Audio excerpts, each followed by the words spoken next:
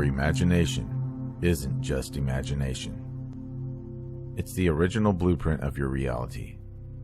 The inner architect that gives birth to the world you walk through. Every image you hold, every symbol that stirs your soul, every archetype that rises within you. These are not fantasies.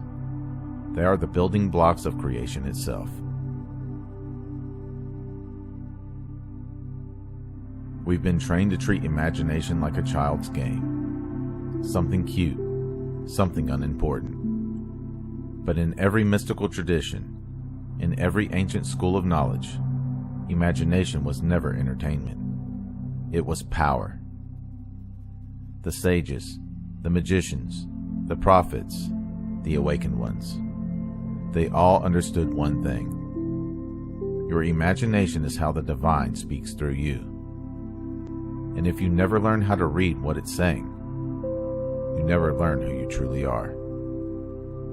Today, we're diving into the power of archetypal imagination, the deeper layer of mind where symbols choose you, where inner images shape outer reality, and where your life finally begins to follow the architecture of your soul.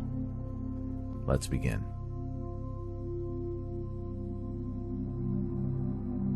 Archetypes aren't cute personality quizzes. They are primordial templates, patterns older than humanity itself. The warrior, the lover, the sage, the trickster, the creator, the destroyer, the king, the child, the shadow, the divine mother, the initiate, the healer. These forces have existed in human consciousness for thousands of years. They are the way your psyche organizes reality.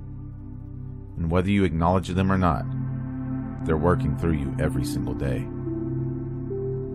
An archetype is more than a role. It's a frequency.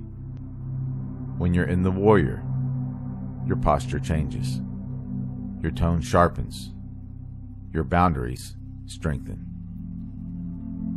When you're in the lover, your heart opens, your presence softens, beauty radiates from you without even trying. The moment you understand that archetypes are modes of consciousness, you realize the truth. You do not have archetypes. You channel them. You embody them like masks the soul wears, each one unlocking a different dimension of power.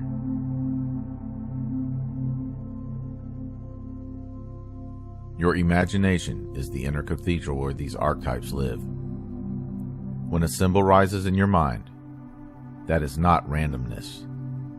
It's a broadcast from your deeper intelligence. Most people ignore this. They don't pay attention to the images that come to them unprovoked. They dismiss the dreams, the symbols, the sudden visions, and the momentary flashes of meaning. And because they ignore it, their life becomes a copy of a copy of a copy. A recycled script acting out unconscious patterns. But when you start paying attention to the imaginal realm, everything changes.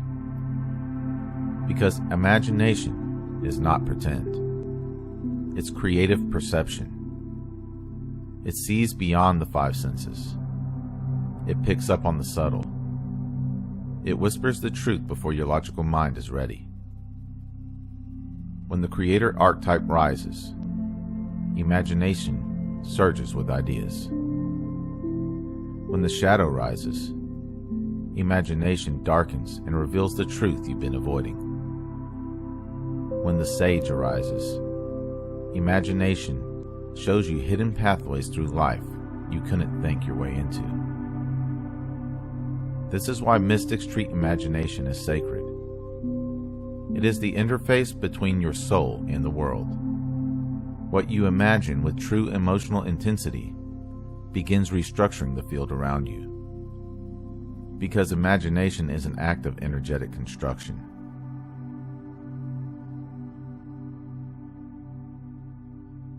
There's something deeper than archetypes. deeper than imagination, deeper than all the symbols that move through your psyche. And that is divine will, the pure directive energy of consciousness itself. Archetypes are expressions of it. Imagination is the canvas for it. Your life is the stage on which it plays out. But most people never experience divine will because they're too busy obeying fear, conditioning, and habit. Divine will is not forcing life to bend. It's not egoic desire dressed up with spiritual language. Divine will is alignment.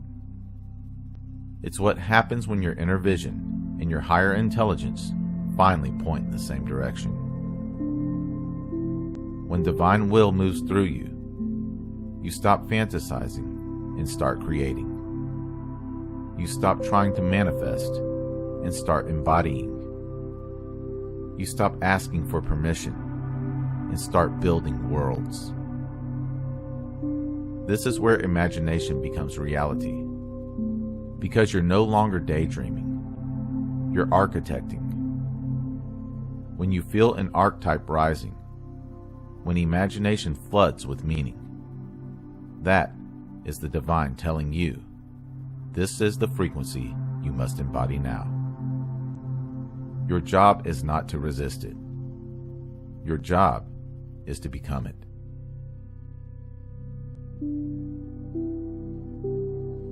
Archetypal imagination is not a game. It's not fantasy. It's the core technology of creation handed down through the deepest layers of human consciousness. If you learn to read your imagination, you learn to read your destiny.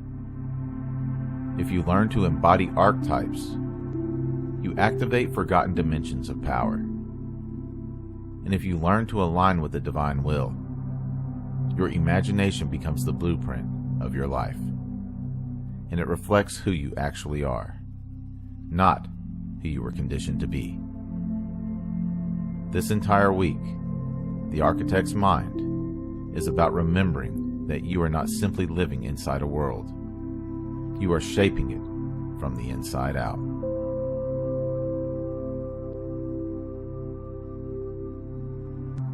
Reality doesn't begin out there. It begins within you. Every world you enter was first drafted in the invisible space of your own mind. If your vision is so small, your life becomes narrow. If your vision expands, your entire reality reorganizes to match it. Today, we're going to talk about how your creative mind is the architect of every experience that you step into, and why the visions you hold determine the reality that you build.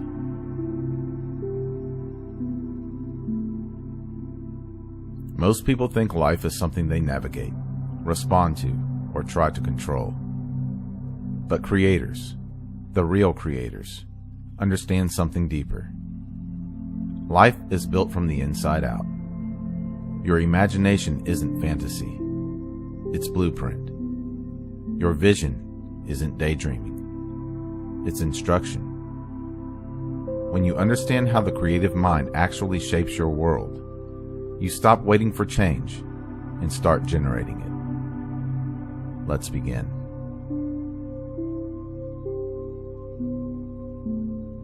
Most people walk through life believing their minds are recording what's happening to them. But your mind isn't a camera. It's a projection system. Your beliefs are projecting meaning. Your emotions project tone. Your expectations project probability. And your inner imagery projects form long before anything physical even appears. You don't just see reality. You cast it. When you're unconscious of your inner movie, you end up living a life written by old patterns, old wounds, and external noise. But the moment you take ownership of the projector, your inner world stops being a replay of your past and becomes the beginning of something genuinely new.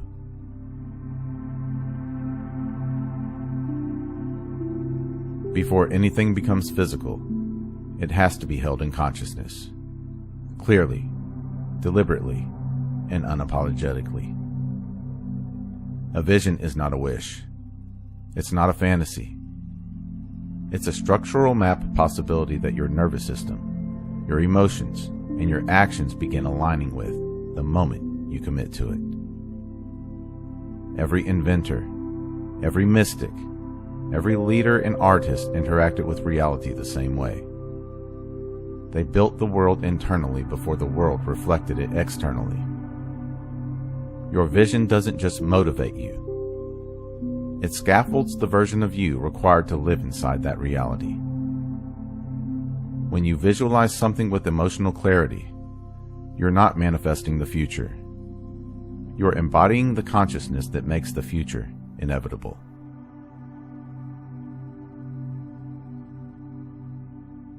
The creative mind is not just psychological. It's metaphysical. Imagination is the bridge through which the unseen becomes seen. It's how intuition communicates. It's how inspiration enters. It's how the higher self transmits direction. If thought is the language of the mind, vision is the language of the soul. Your imagination is not childish. Its purpose is not entertainment. It is the interface where potential becomes instruction. This is why so many people struggle. They shut down the very faculty through which life is trying to evolve them. The more vividly you allow your inner world to express itself, the more fluidly your physical world transforms. A vision without feeling is a sketch. A vision infused with emotion becomes a magnetic field. Emotion is energy in motion, literally the current that charges your blueprint.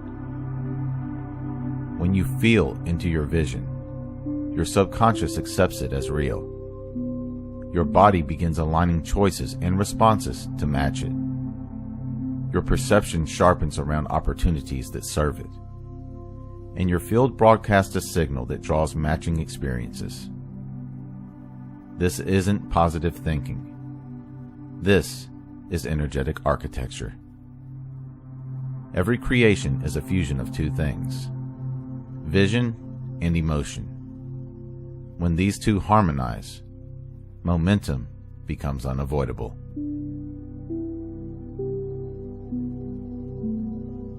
Your vision ultimately becomes a mirror for who you believe you are. If you see yourself as limited, your vision shrinks. If you see yourself as possibility, your vision expands. But here's the truth most people refuse to accept. Identity is a created structure, not a fixed one. You can build a new identity the same way you build a new life. Through your vision, through repetition, through emotional alignment, through intentional choice. Reality doesn't respond to your potential. It responds to your identity, the self that you embody. And the creative mind is the workshop where that self is sculpted.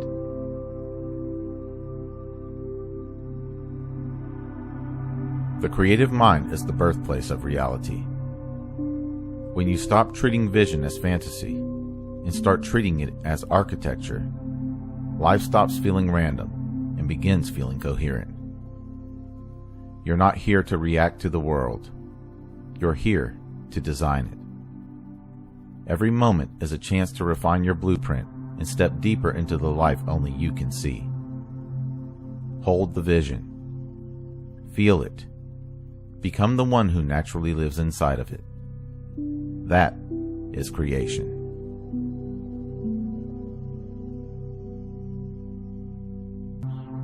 Most people believe their thoughts create their reality, but that's only half of the truth. What actually shapes your world is what lies beneath your thoughts. The invisible forces, the emotional currents, the subtle frequencies, and the unspoken assumptions that operate long before a thought even forms. Thought is not the cause. Thought is the symptom. And today, you're going to see what's really behind your reality.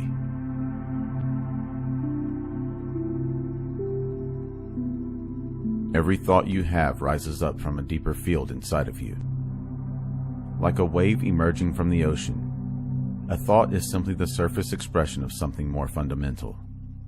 Your energy, your patterns, your stored memories, your unconscious expectations, and the resonant frequency you're broadcasting at all times. In this video, we're going to peel back that surface layer and explore the hidden forces that shape the forms you experience in the external world. Once you understand what's beneath thought, your ability to create, shift, and transform reality becomes exponentially clear. Let's begin.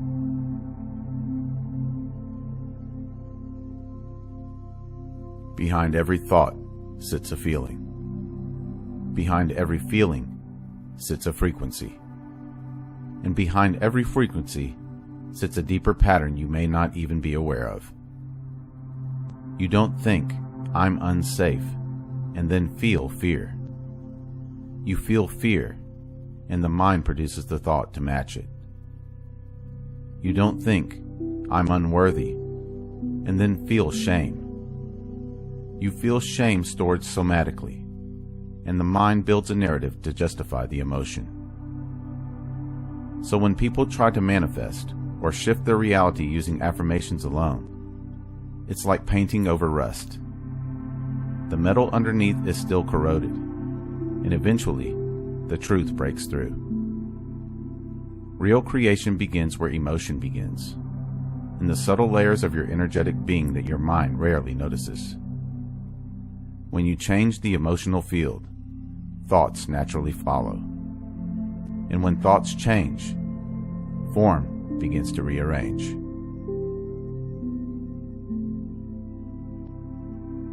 Your subconscious is not emotional storage.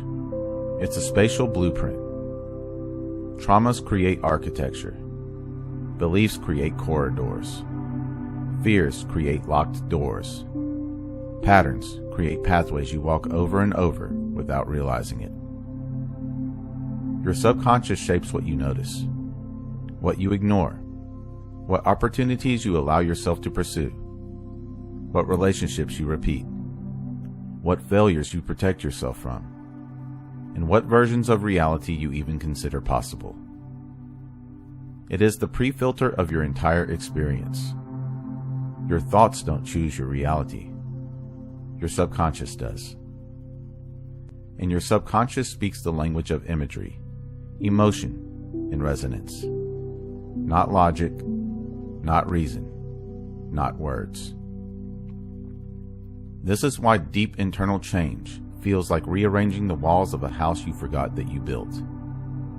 As you shift the interior blueprint, the external world responds.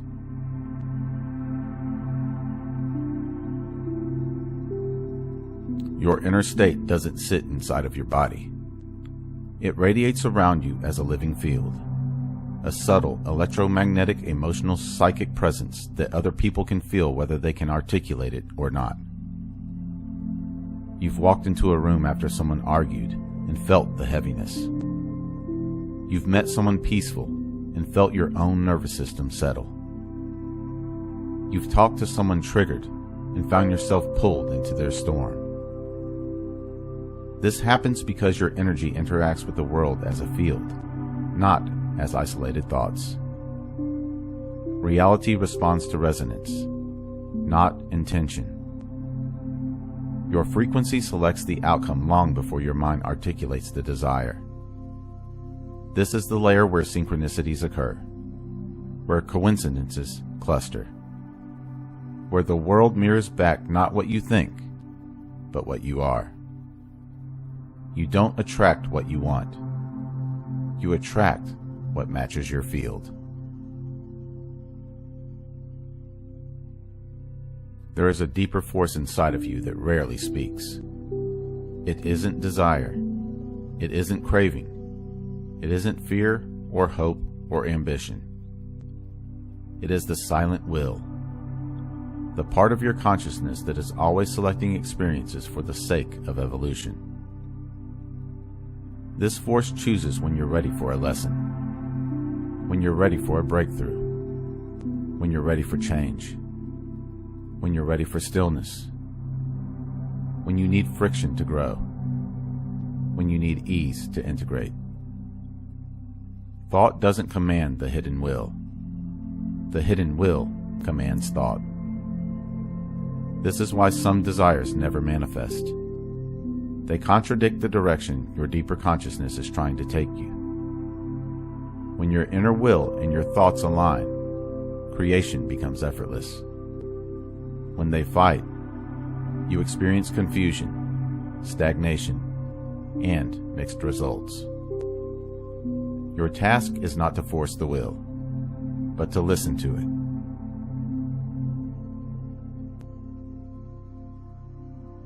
Beneath even the emotional field, beneath the subconscious, beneath resonance itself, there is a deeper ground, pure awareness.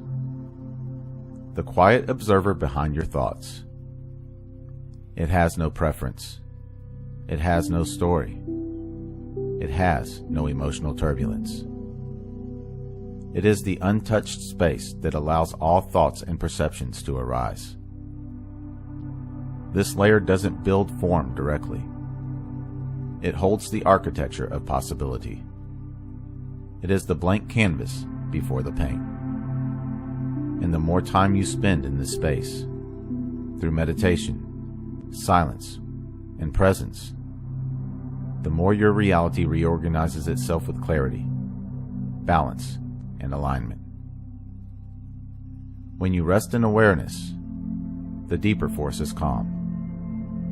When the deeper force is calm, emotions align. When emotions align, thoughts become coherent. When thoughts become coherent, behavior becomes clear.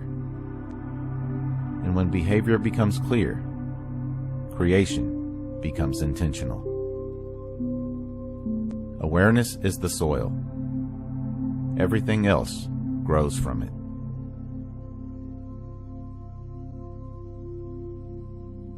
Thought is never the starting point. Thought is the final stage, the surface ripple of much deeper movements within you.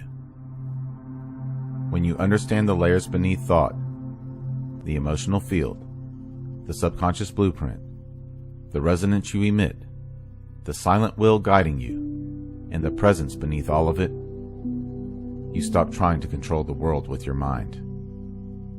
You begin shaping reality from the only place creation actually happens, the field beneath thought. And from that place, life doesn't just respond, it transforms.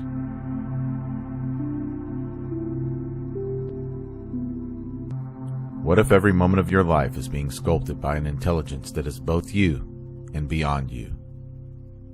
What if your desires, synchronicities, ideas, and inner visions are not random thoughts, but the blueprint of a greater mind working through you?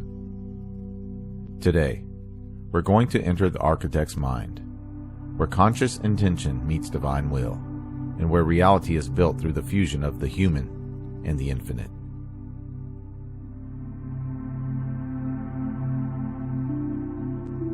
Most people move through life believing that reality is something happening to them.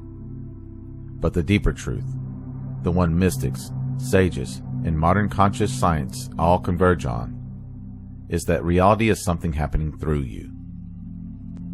There is a part of you that chooses, imagines, decides, and creates. And there is a deeper part, the architect, that designs from a place far beyond thought.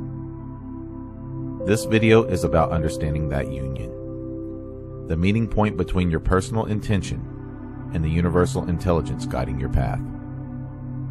Let's begin.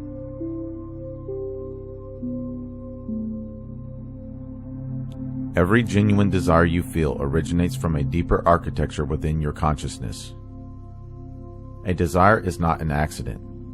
It is a signal, a directive, a blueprint emerging from the hidden layers of self. Most people mistake desire as ego, but the truth is more nuanced. There are two types of desire. Ego desire, which is rooted in fear, lack, and comparison. And archetype desire, arising from your soul's natural expansion. Archetype desires feel different. They don't demand. They pull. They don't stress you. They organize you. They don't drain you. They grow you. When a desire comes from your architect mind, you feel it as inner resonance, a clarity that doesn't need external approval. You don't chase these desires. You recognize them as instructions from your higher blueprint.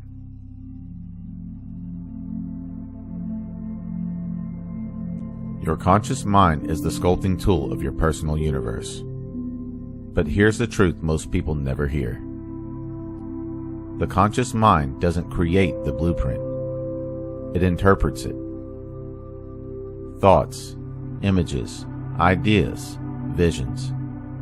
These are not random mental noise. They are the language of the architect trying to communicate with you. When you get an intuitive nudge, when a symbol repeats, when a thought returns again and again, when a vision feels more real than your current circumstances, that is the architect handing you the design. Your job is not to invent your purpose. Your job is to listen well enough to recognize it. Conscious design begins when you stop forcing outcomes and start receiving direction.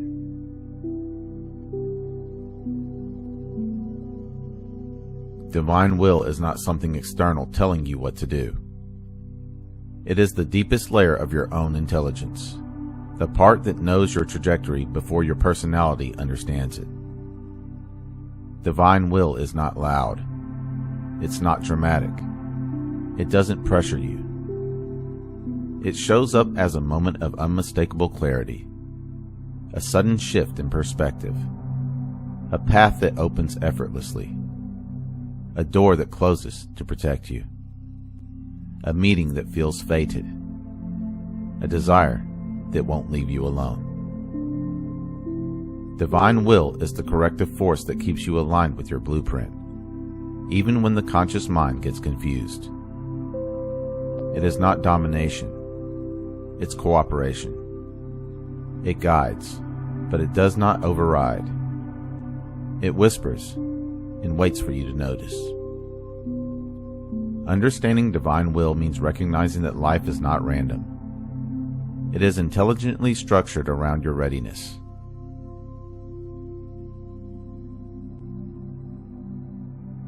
Manifestation only works when these two forces merge.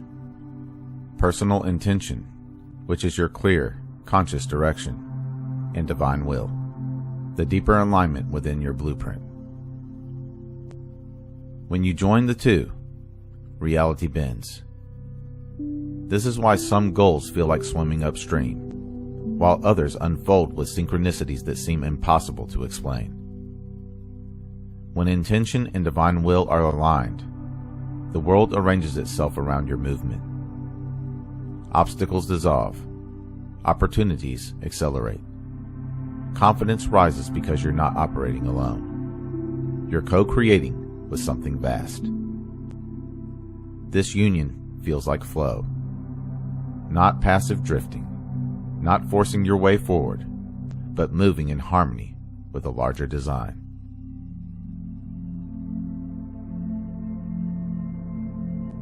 To live as a conscious architect, you need three things. Number 1, clarity of inner signals. You must learn to distinguish noise from blueprint, fear from intuition, impulse from destiny. This requires stillness, not absence of thought, but presence with yourself. Number 2, trust in the unseen structure. The architect's mind works through what is not yet visible.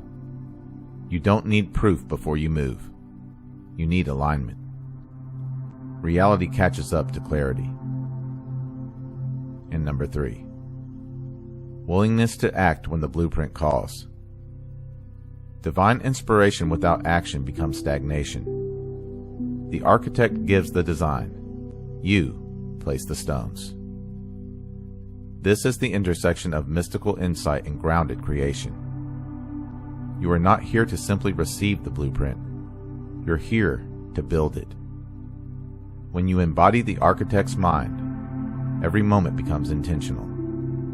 Your inner world becomes your drafting table, and your outer world becomes your masterpiece.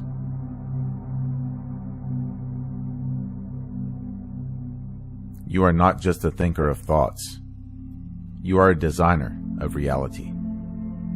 And the force designing through you is the same intelligence that shaped galaxies, breathes through life, and guides the unfolding of every path meant for your expansion. Your role now is simple.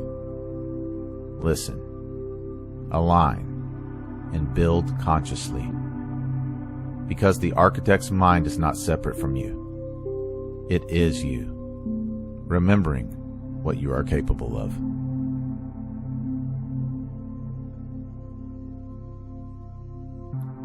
Your reality is responding to symbols you don't even know that you're carrying. Not words, not affirmations, not surface-level intentions. Symbols, the hidden language of your subconscious, are writing the codes of your life. If you want to change your world, you must change the symbols that move from within you.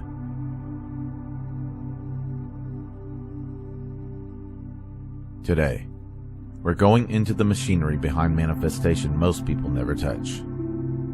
Inner symbolism. The images, impressions, metaphors, and energetic shapes inside you aren't random. They are instructions your subconscious uses to build your perception. And perception is the architecture of reality. When you learn how to work with your symbols, you stop trying to force life, and you start programming the field from the inside out. Let's break down how this really works. Simply, clearly, and powerfully. Let's begin.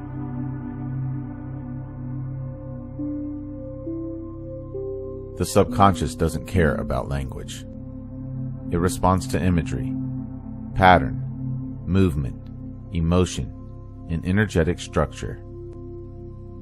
You can tell yourself, "I am confident," all day long. But if the inner symbol you hold for yourself is a shrinking figure, a dim light, or a broken mirror, your subconscious aligns reality with that. This is why change feels impossible sometimes.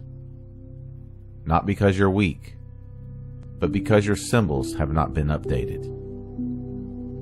Your inner world is an operating system made of moving images, and it accepts symbolism as commands. Change the symbol, and you change the command. Reality will follow.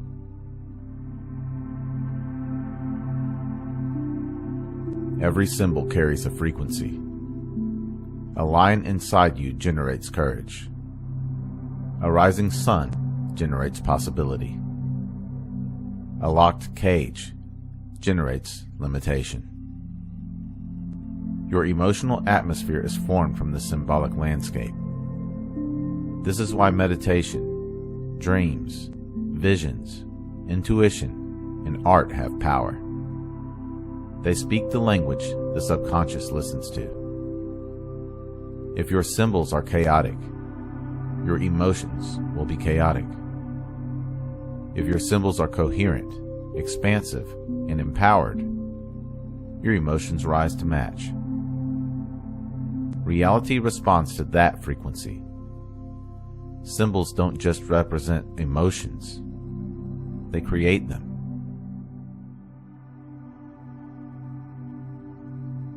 You can't think your way out of a symbolic pattern. Thought is too slow. Symbolism is instantaneous.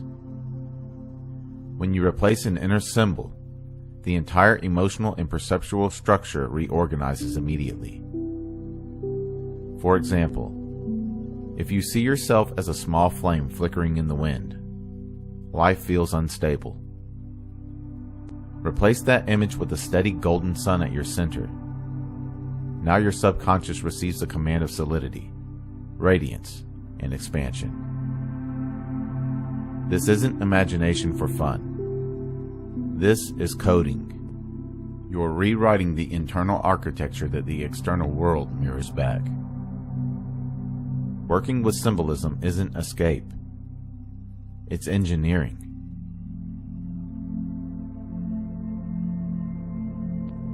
Reality doesn't respond to the symbol you momentarily imagine. It responds to the symbol you habitually carry. That symbol becomes your baseline frequency. Your baseline frequency becomes your perceptual filter. And your perceptual filter becomes your lived world. A person who carries an inner symbol of blocked doorways will feel life resisting them. A person who carries an inner symbol of an open sky sees opportunity where others see limitation. The field is not random. It is responsive. Your symbols are the blueprint. Reality is the construction.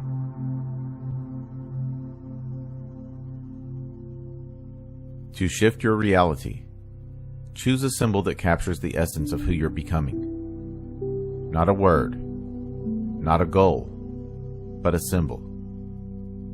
A rising lotus for emotional ascension. A calm, steady flame for inner power. A luminous geometric sphere for clarity and expanded awareness. A bridge of light for new pathways opening. Hold the symbol with emotion. Let it become familiar. Let it become your identity's new language. When the subconscious adopts the symbol, your frequency will change. When your frequency changes, your field reorganizes. And when your field reorganizes, your reality will shift. This is not metaphysics. This is mechanics. You are reprogramming the architecture from the inside out.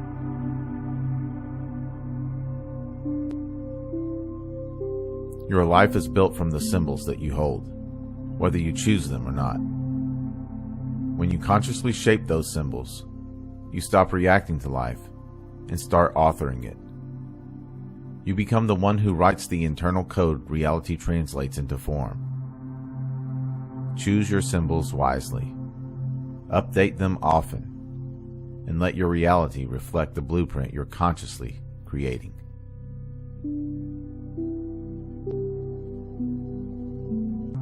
You were never meant to worship creation from the outside. You were meant to think from the inside of it.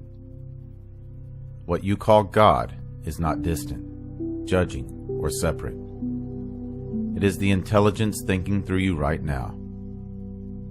The moment you stop seeing yourself as a fragment and start seeing yourself as the source looking through a lens, everything changes. Today, we're not talking about belief. We're talking about identity. Because becoming the mind of God doesn't mean gaining power over the world. It means realizing the world has always been responding to your state of being.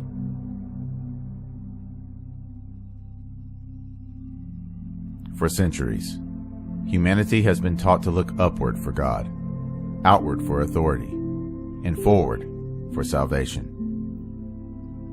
But the deepest spiritual traditions all point to a quieter truth. Creation doesn't happen from above. It happens from within. The universe is not something you are inside of. It is something that is inside of you, responding to how you perceive, interpret, and inhabit yourself. This video is not about ego inflation. It's about responsibility. Because the moment you recognize the Creator within, you can no longer pretend that you're powerless. Let's begin.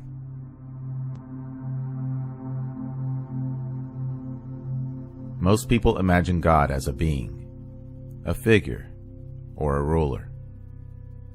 But intelligence doesn't need a face. God is not a personality. God is patterned awareness. It's the same intelligence that organizes galaxies, grows forests, forms your thoughts before you even speak them. When ancient texts say, "made in the image of God," they are not talking about appearance. They are talking about function. You create reality the same way the universe does, through attention, meaning, interpretation, and focus. The difference isn't kind. It's scale and awareness. When you think unconsciously, you create unconsciously. When you think clearly, reality reorganizes accordingly.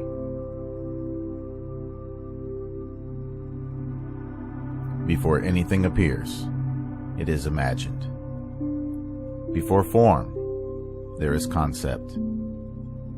Before action, there is intention. You are not reacting to reality. You are responding to your internal model of reality. The world doesn't mirror your words. It mirrors your assumptions. This is why affirmations fail for many people. They're trying to overwrite the surface, while the core identity remains unchanged. Creation doesn't obey what you say. It obeys what you believe is real about yourself.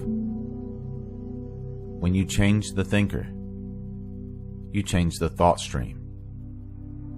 When you change the thought stream, you change the world that emerges.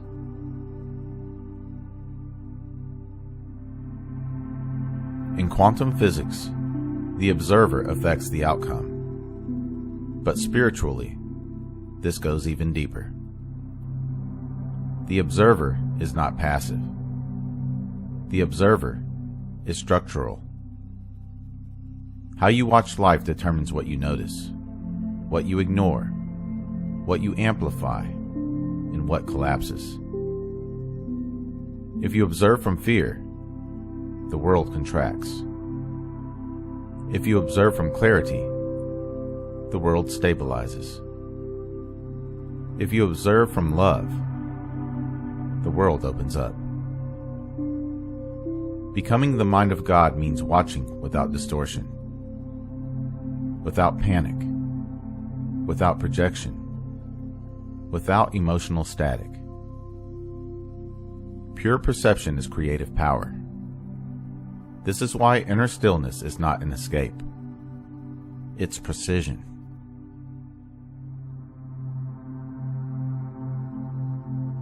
You don't create from desire. You create from your identity. A person who wants abundance thinks differently than a person who expects coherence. A person who seeks love behaves differently than a person who radiates presence.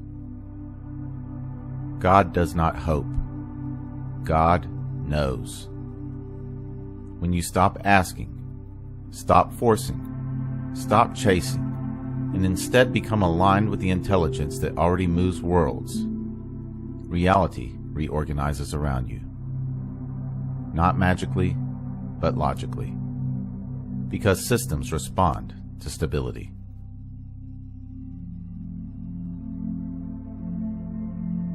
Here's the part most people avoid. If you are a creator, you are also responsible for your inner state. Not guilty, not blamed, but aware. Every reaction is a creative act. Every interpretation is a signal.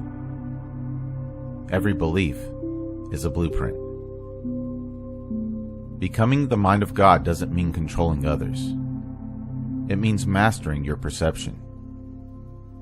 You stop trying to bend reality and start allowing reality to reflect your coherence. That's true power.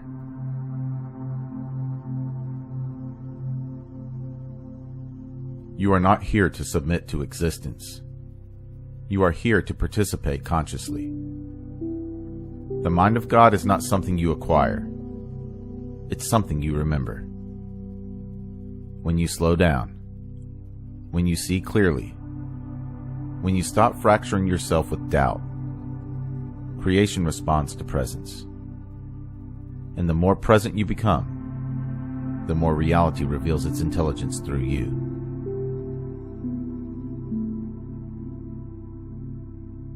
If this journey spoke to you, be sure to like, subscribe, and share this video with someone ready to experience life beyond thought. Comment below. What changes when you stop seeing God as external and recognize the Creator within yourself? I read every comment. If you would like to support my work directly, you can do so at buymeacoffee.com/magnumopus333. Or you can explore some original merchandise at my Teespring store online. The link is in the description below. Remember, your consciousness is the key that unlocks reality. Let's keep unlocking it together. Thank you for watching. Until next time.